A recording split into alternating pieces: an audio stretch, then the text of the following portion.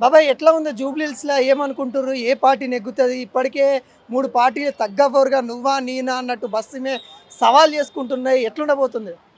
3 పార్టీలనేది కరెక్టే గానీ బీఆర్ఎస్, కాంగ్రెసే ఉంది. ఇక్కడ కాంగ్రెసే నవీన్ యాదవ్ తప్పనిసరిగా నెగ్గుతాడు. హ్మ్. ఎందుకంటే రేవంత్ రెడ్డి గారు బీసీ నాయకుడు ఇచ్చినందుకు బీసీలందరూ ఐక్యతమై ఒకసారి మాకు బీసీ కావాలని జూబ్లీస్ డివిజన్ కోరుకుంటున్నారు.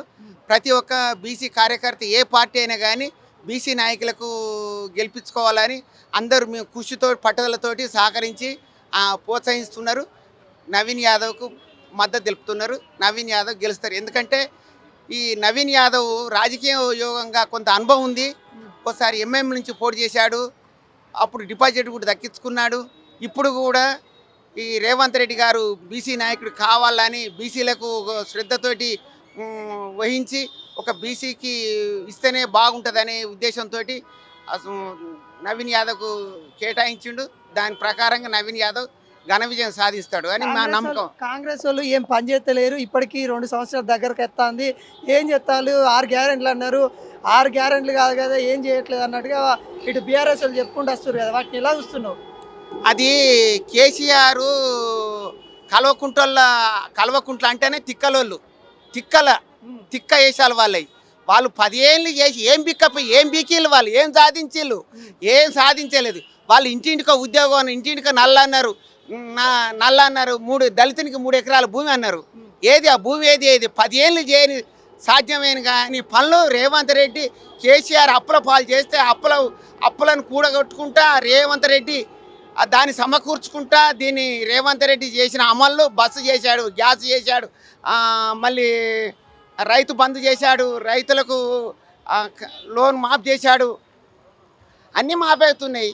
కళ్యాణ లక్ష్యం అవుతుంది, అన్నీ అవుతుంది. అప్పుడు కళ్యాణ లక్ష్యం కావాలంటే కొన్ని సంవత్సరాలు కూడా పట్టేది, సంవత్సరన్నర పట్టేది. ఇప్పుడు 4-5 నెలలకు అవుతుంది. అది నేను కాంగ్రెస్ పార్టీ కాదు, ఎందుకంటే బీసీ నాయకుడు కాబట్టి మేము బీసీ నాయకునికి మద్దతు తెలపడానికి మేము ఇక్కడ జూబ్లీ డివిజన్లు ఉన్నాం కాబట్టి మా కులస్తులు కానీ మాకు బీసీ నాయకులు తెలిసిన వాటి కానీ సహకరించుకుంటా మేము వారికి సహకరించుకుంటా వెంట వండుకుంటా మేము ప్రచారం కార్యక్రమాన్ని పాల్గొంటున్నాం. ఇట్లా నవీన్ యాదవ్ కుటుంబం గురించి మాట్లాడుతారు కదా, వాళ్ళు రౌడీలు, వాళ్ళు అత్తే ఇట్లా వసూలు చేస్తారు, కిరాణా కొట్లలో వసూలు చేస్తారు, ఆడ వసూలు చేస్తారు, ఈడ వసూలు చేస్తారు అని భయపెట్టిస్తారు కదా. ఇవి ఎట్లా చూస్తారు మీరంతా? నవీన్ యాదవ్ అప్పుడు కూడా ఈ దౌర్జన్యం చేయలేదు, ఇప్పుడు కూడా దౌర్జన్యం చేయడు. దౌర్జన్యం చేసే రోజులు అప్పుడు ఎప్పుడో పోయినాయి. ఎన్టీ రామారావు వచ్చినప్పటి నుంచి తెలంగాణ తెలివితేటలు పెరిగినాయి, తెలివితేటలు వచ్చేసినాయి. ఆ రోజులో ఎన్టీ రామారావు ఊరుకోలేదు, ఈ రోజులో చంద్రబాబు కూడా ఊరుకోలేదు.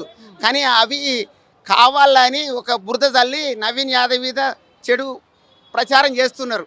కానీ నవీన్ యాదవ్ కూడా వాళ్ళు ఒక కష్టపడి జీవితులు కష్టానికి ఒక సహకారంగా వెదిగిన వ్యక్తులు కాబట్టి నవీన్ యాదవ్ గెలిస్తే మా ఆటలు ఆడవని వాళ్ళు ఒక నవీన్ యాదవ్ మీద బురదలు చల్లుతున్నారు. ఆ నవీన్ యాదవ్ మీద చల్లటం ఆ దేవుడు కూడా ఒప్పుకోడు, సహించాడు. నవీన్ యాదవ్ తప్పనిసరిగా విజయం చేకూరుస్తాడు అని మాకు నమ్మకం ఉంది. మాకంటి గోపీనాథ్ హ్యాట్రిక్ కొట్టిండు, ఇక్కడ మొత్తం డెవలప్మెంట్ చేసిండు, మళ్ళీ ఇది కూడా మరో హ్యాట్రిక్ అయిపోతుంది అన్నట్టుగా మాట్లాడుతారు కదా.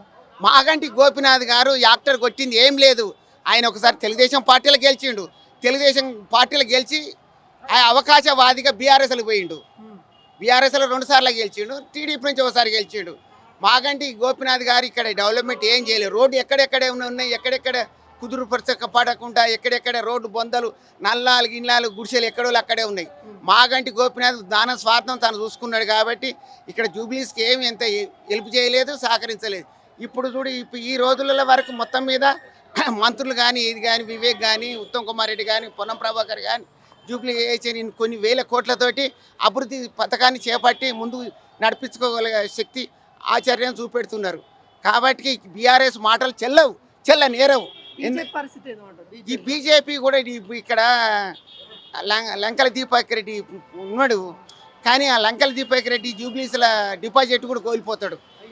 కిషన్ రెడ్డి గారికి ఏదో అనుకుంటున్నాడు కానీ అదేం లేదు. మన రోడ్డు ప్రమాదాలు ఉండే కొండ విషయం రోడ్లు ఆ విషయం చూస్తేనైతే ఇక్కడ లంకల దీపక్ రెడ్డి ఓటు వేసిన వాళ్ళు ఉండరండి సార్. లంకల దీపక్ రెడ్డి ఓటు వేసిన వాళ్ళు ఉండరు.